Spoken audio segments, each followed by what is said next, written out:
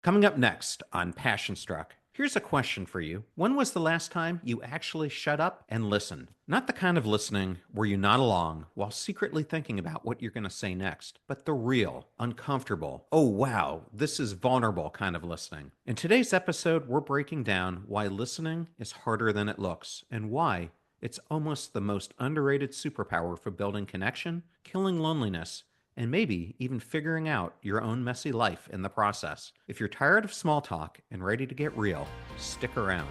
Welcome to Passion Struck. Hi, I'm your host, John R. Miles, and on the show, we decipher the secrets, tips, and guidance of the world's most inspiring people and turn their wisdom into practical advice for you and those around you. Our mission is to help you unlock the power of intentionality so that you can become the best version of yourself. If you're new to the show, I offer advice and answer listener questions on Fridays. We have long-form interviews the rest of the week with guests ranging from astronauts to authors, CEOs, creators, innovators, scientists, military leaders, visionaries, and athletes. Now, let's go out there and become Passion Struck. Hey, Passion Struck family. Welcome back to Momentum Friday and episode 546. I'm your host, John Miles, and I'm so excited to spend this time with you today. This space is all about exploring how we can live lives of intention, purpose, and meaning. And let me tell you, this episode is one you don't want to miss. If you're new here, welcome. I am so thrilled you've joined us. You've just stepped into a community dedicated to helping you take bold,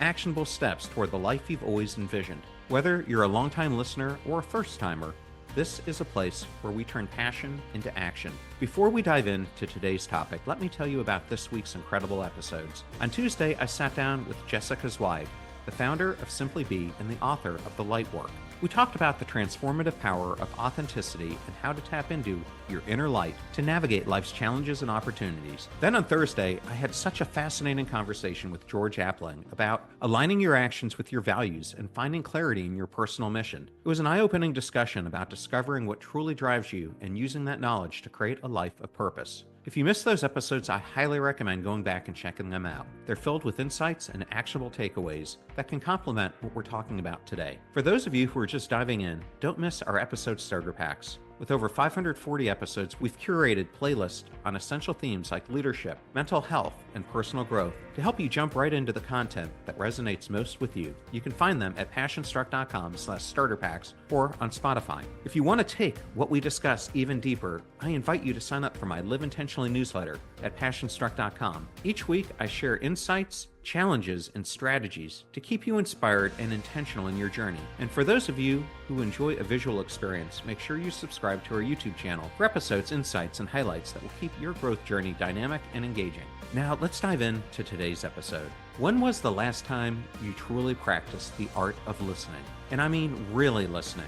Not the kind where you nod along while thinking about what you'll say next, but the kind of listening that makes someone feel seen, understood, and valued. Listening, real listening, is more than hearing words. It's a skill, an act of courage, and a way to connect that has the power to transform relationships. At its heart, listening is about creating space for someone else's story, whether it's their joy, their struggles, or their dreams. If you think about it, all of us have felt unseen or unheard at some point. Maybe you've spoken up and felt like no one really cared. Or maybe you've held something inside, convinced no one would listen, even if you did share. Those moments can leave us feeling isolated, like we're on an island by ourselves. But when someone truly listens, everything changes. Their attention becomes a bridge, one that connects us, reminds us that we matter, and fosters belonging. And when we listen really deeply, it's not just the storyteller who grows, it's also us, the listeners. Storytelling, and by extension listening, is one of the most powerful tools we have as humans. It's how we make sense of the world, how we process our fears and dreams, and how we connect across divides. Today, we are diving into how listening fosters mattering, belonging, and intentionality. 3 concepts that can transform not just the way we engage with others, but the way we live our lives. We'll explore the science, share some deeply moving stories, and leave you with practical insights on how to become a better listener. As you listen, I want you to reflect on this. What would happen if you fully embraced the art of listening? How could it deepen your relationships, dissolve feelings of isolation, and even heal the parts of yourself you've been holding back? The answer, I think, lies in the courage to hear, and be heard. And that's exactly what we'll explore today. Thank you for choosing Passion Struck and choosing me to be your host and guide on your journey to creating an intentional life. Now, let that journey begin.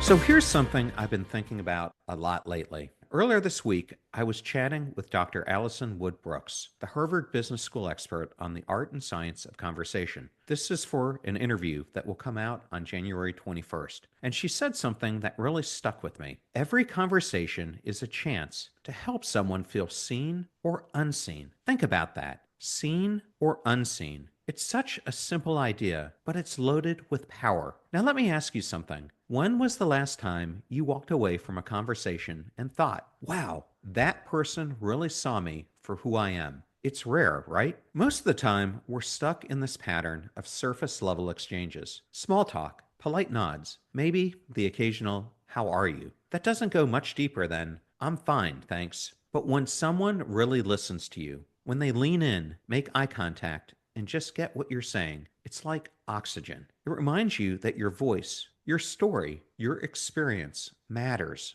I'll give you a quick story that brings this to life. A few months ago, I was at this event, kind of one of those gatherings where everyone's supposed to network, but no one really wants to. Anyway, I ended up sitting next to this older man, probably in his 70s. At first, he seemed a little reserved, but then he started talking about his childhood, how he grew up in this tiny, close-knit town that eventually disappeared because of a dam project. You could tell that he hadn't told this story in years, and all I did was listen. I didn't interrupt or ask him to get to the point. I just let him unravel it, piece by piece. By the end of it, he looked at me and said, "Thank you for letting me share that. I didn't even realize how much I needed to talk about it." What struck me wasn't just that he felt lighter after sharing his story, but how it changed me. Listening to him reminded me of how we carry these pieces of ourselves that we think no one wants to hear. But when we share them and someone listens, we reclaim our sense of worth. Here's where the science ties in. Studies show that when someone listens to us, our brain releases oxytocin, the hormone that makes us feel connected and safe. It's literally like our brain's way of saying, hey, you matter.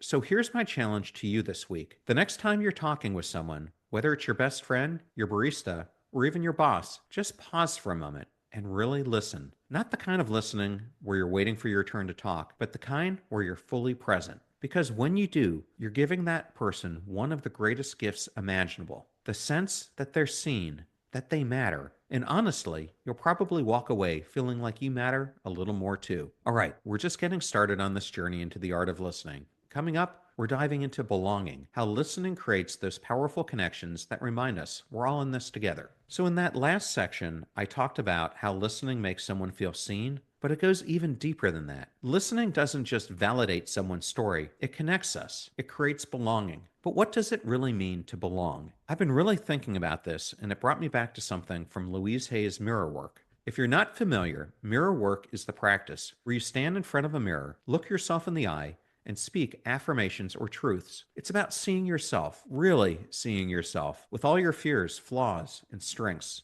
But mirror work isn't just something we do alone. It happens in our relationships too. Every time we deeply listen to someone's story, we're holding up a mirror to their humanity and to our own. That idea really hit home for me during a recent conversation that I had with Harry Buddha Magar. If you don't know his story, Harry is a former Gurkha soldier who lost both his legs in Afghanistan. But that's only part of it. He went on to become the first double above knee amputee to summit Mount Everest. It's an incredible achievement, but what's even more powerful is what he's learned along the way. Harry showed me how after his injury, he felt completely untethered. He'd lost not only just his legs, but also his sense of identity. He described it as looking into a cracked mirror, his reflection shattered, his sense of belonging nowhere to be found. But then something shifted. Harry started sharing his story with others, and people listened. And not just superficially, they really listened. They heard his fears, his doubts, and his dreams. And in those moments, Harry said he started to see himself differently. It wasn't just that others saw his strength. It was that their reflections of him helped him see his own strengths too. Here's where it ties back to mirror work. When we listen deeply to someone, we're like that mirror. We reflect back not just what they're saying, but who they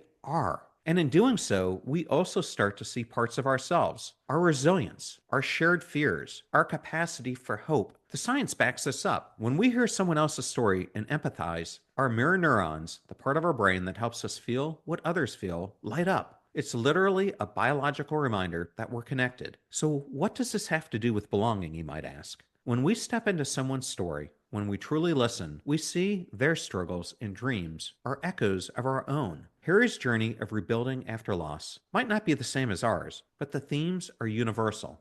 And in those themes, we find connection. Here's something to reflect on. When was the last time you truly listened to someone's story and saw yourself in it? What did it teach you about them and about yourself? Listening isn't just about being polite, it's about creating a space where both you and the other person can belong. And that's a gift worth giving every single day. Next, we're diving into intentionality, how to make listening a deliberate act that can transform not just conversations, but entire relationships. So, I've now talked about how listening makes someone feel seen and how it creates belonging by reflecting shared humanity. But let's go one step further. Let's talk about intentionality because listening isn't just a passive act, it's a choice. It's purposeful presence. And when we bring intention to listening, it transforms both the storyteller and the listener. I want to share a story about Bo Eason, a recent guest in episode 529. Bo is a former NFL player turned playwright and speaker. Bo tells this incredible story about how he was preparing for his one-man show. It's an intensely personal performance based on his life and struggles. And during rehearsals, he brought in a trusted mentor to help him refine it. Here's the thing about this mentor. They didn't just watch and critique. They stepped into the story with Bo. At one point, they role-played a pivotal moment from Bo's childhood, something he hadn't fully processed yet. They didn't just listen to him recount it. They acted it out with him, asking questions like, what did that feel like? What were you afraid of? What were you hoping for? Through that intentional engagement, Bo uncovered layers of truth in his story that he hadn't realized were there. And because of that, his performance became more authentic, more human. But it wasn't just Bo who grew from that experience. His mentor later admitted that by stepping into Bo's story so deeply, they learned something about their own childhood struggles too. That's the power of listening with intention. When we engage purposefully, we don't just hear the words, we allow the story to transform us. Science has something to say about this too. Jamil Zaki, a psychologist who I had on the show and who studies empathy, talks about how empathy isn't just a trait, it's a skill. And like any skill, it grows with practice.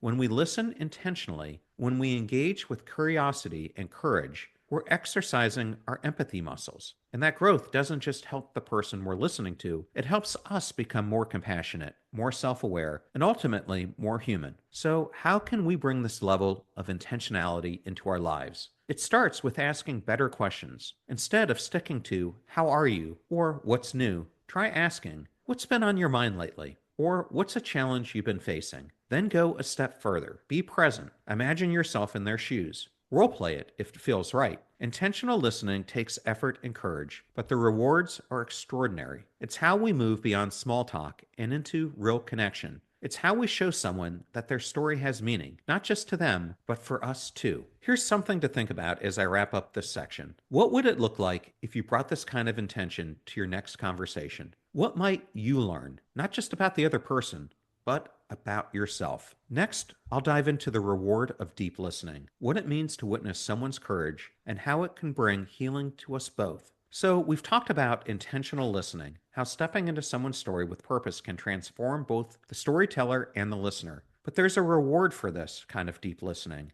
and it's more powerful than you might think. We're not just hearing someone's words when we truly listen to someone's story, we're witnessing their courage. And there's something incredibly humbling about that. To sit with someone as they share a piece of their life, especially the vulnerable, messy parts, takes us out of our own heads and reminds us of something universal.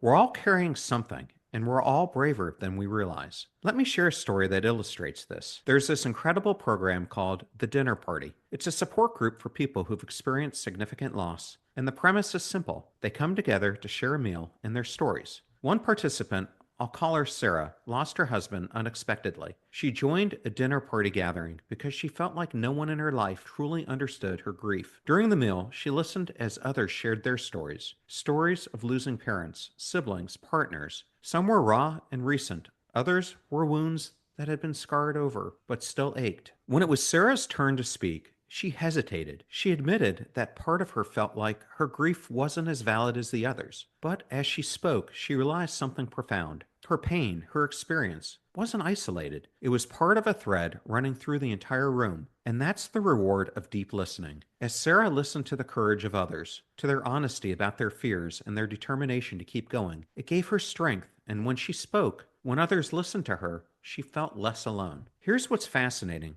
Science shows us that storytelling, especially in groups, can lower stress and increase feelings of connection. Researchers like the late Emile Bruneau have found that sharing and listening to personal stories reduces polarization and creates empathy even across divides. But beyond the science, there's something deeply human about hearing someone say, "Here's my truth," and thinking, "That sounds a lot like mine." Deep listening gives us two gifts. First, it reminds us that courage isn't about having no fear, it's about moving forward despite it. Hearing someone else's bravery lights a fire in us to face our own challenges. Second, it reminds us that we're not alone. Listening to someone else's story, even if it's completely different from ours, shows us the common threads we all share: love, loss, hope, survival. And in that realization, we find healing. Here's my question for you. When was the last time you witnessed someone's courage through their story? How did it inspire you? And if you haven't done this recently, who in your life might be waiting for someone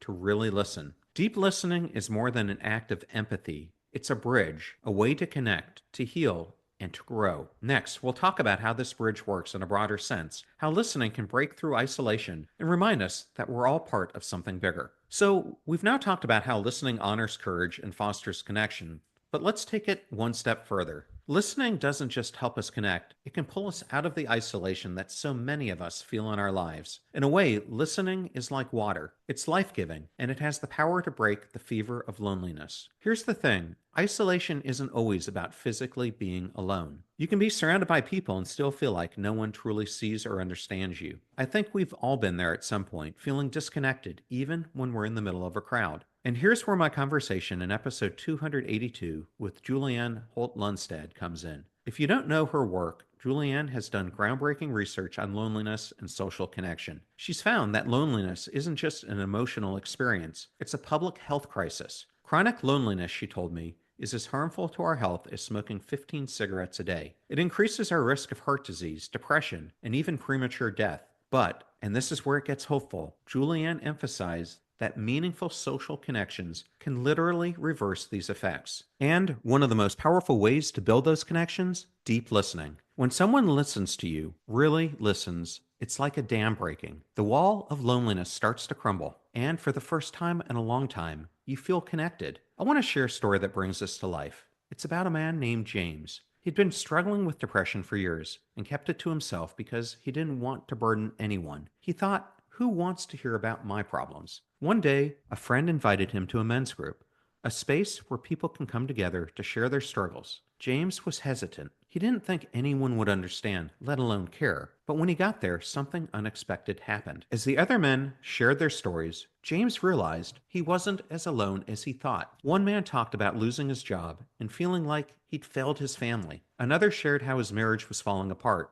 Their stories weren't exactly the same as James, but the emotions behind them, the fear, the shame, the hopelessness, were all too familiar. When it was James' turn to speak, he hesitated, but the group just sat there waiting, holding the space for him. And when he finally started to talk, it was like a floodgate opened. He talked about the weight that he'd been carrying, the days he didn't want to get out of bed, and the fear that he'd never feel better. And here's the powerful part. After James spoke, one of the men looked at him and said, "Thank you. That took so much courage." And another man added, "I felt exactly like that before." That moment didn't fix everything for James, but it broke through the isolation. For the first time in years, he felt seen, understood, and connected. Julianne's research gives us the science behind this. She explained that when we feel heard and understood, our brain releases oxytocin, which strengthens our sense of connection and lowers stress. It's a biological reminder that we're wired for relationships and that loneliness doesn't have to be permanent. Listening is the bridge that pulls us out of our silos. It reminds us that we're not just individuals moving through the world alone. We're part of a shared story, a collective experience. So here's something to think about. Who in your life might be carrying a story they're afraid to share? And how could your willingness to listen be the thing that helps them break through their own isolation? Listening doesn't just change conversation, it changes lives. And when we create space for someone to be heard, we're not just helping them, we're helping ourselves too. As we wrap up this journey into the art of listening, I want to share a story that brings everything we've talked about, mattering, belonging, and intentionality, into focus. It's about a mentor and a mentee. The mentee, let's call him Alex, has been struggling with unresolved grief after losing a close friend. He's carrying this invisible weight, and it was starting to impact every area of his life, his work, his relationships, even how he saw himself. But he wasn't ready to talk about it, and honestly, he wasn't sure anyone would truly understand. Then came a pivotal conversation with his mentor. The mentor didn't rush him, didn't try to fix anything. They simply created space for Alex to speak, really speak. And when Alex finally started to share, the mentor listened with intention. They didn't interrupt or offer platitudes. Instead, they reflected back what Alex was saying, not just with their words, but with their presence. Through that conversation, Alex began to process his grief in a way he hadn't been able to before. He realized that his feelings of guilt and sadness weren't just his burden to carry, they were part of the shared human experience of loss. And in that realization, he found a sense of belonging he hadn't felt in a long time. Here's the beautiful part. The mentor later shared that the conversation changed them too. By being fully present for Alex's story, they were reminded of their own losses and how they had navigated through them. That moment of shared vulnerability created a bridge between them, a connection built on mutual courage and understanding. This story highlights what we've explored throughout this entire episode: mattering. By listening deeply, the mentor validated Alex's experiences, showing him that his story and his emotions were worth sharing. Belonging. Through their shared connection, Alex realized he wasn't alone in his grief, and the mentor found renewed insight into their own humanity. Intentionality. The mentor's deliberate presence allowed the conversation to unfold naturally and meaningfully, creating a transformative experience for both of them. So here's what I'd love for you to reflect on. What's one story you've been holding on to, something unresolved or unspoken? And who in your life might be waiting for you to truly listen to theirs? Listening isn't just a skill, it's a gift. It reminds us that we matter, that we belong, and that we're capable of creating profound connections through presence and empathy. Here's my challenge to you. Take a moment to think about the relationships in your life. Who needs you to listen more deeply? What's one intentional action you can take today to practice the art of listening? Whether it's a heartfelt conversation, asking a thoughtful question, or just holding space for someone's story, do it. Write it down, then take that step today, not tomorrow, not next week. And when you do, let me know. Tag me on social media at John R. Miles or share your story with the Passion Struck community. Your journey could inspire someone else to start their own. To help you put the listening into action, I've created a free resource called the Deep Listening Blueprint. It's packed with tips and techniques to help you build stronger connections, deepen your relationships, and create moments of true presence. You can sign up for my Live Intentionally newsletter, and when you do, I will send you a copy of this for you to download. If today's episode resonated with you, please take a moment to leave a 5-star rating and review. It's one of the best ways to help others discover the show and join our mission to live more intentionally. And if you know someone who needs to hear today's message, share this episode with them. Together, we can spread the gift of connection and purpose. I'm also passionate about bringing these lessons beyond the podcast. If you're looking to inspire your team or community through keynote speeches, workshops, or events, I'd love to partner with you. Visit johnrmiles.com/speaking to learn more. You can find links to everything we discussed in today's episode in the show notes at passionstruck.com. Don't forget to watch the video version on YouTube. And while you're there, subscribe so you never miss a moment of inspiration. And be sure to check out our sponsors and exclusive deals at passionstruck.com/deals. Supporting those who support the show makes all the difference. Before we wrap up, I am thrilled to share a sneak peek of our next episode. I'll be joined by Madison Marsh, Miss America, for an incredible conversation on leadership, resilience, and using your platform for positive change. You don't want to miss it. Think of the people that are Olympians and the work that it took to get into something like that. The people that become the superstars, the people that make the breakthroughs in research. None of that came from someone doing something easy. You don't get greatness from taking the easy path. You get it from the challenge. You get it from the days that you fail and you fall down and you suck at things, and you take that and you take your weaknesses and turn it into strengths, and you learn from it. You learn from the people that are better than you. And I think that challenge And wanting to meet that challenge is what makes people into success. That's what gives them that greatness, because of that willingness to fail and try and get up and try again until you get it right. Thank you for spending your time with me today. Your commitment to living a life of purpose and connection inspires me every day. I hope this episode has added value to your journey, encouraged you to listen more deeply. Remember, the fee for the show is simple. If you found value here, share it with someone else who might benefit. Let's keep living what we learn. Until next time, live life passion struck.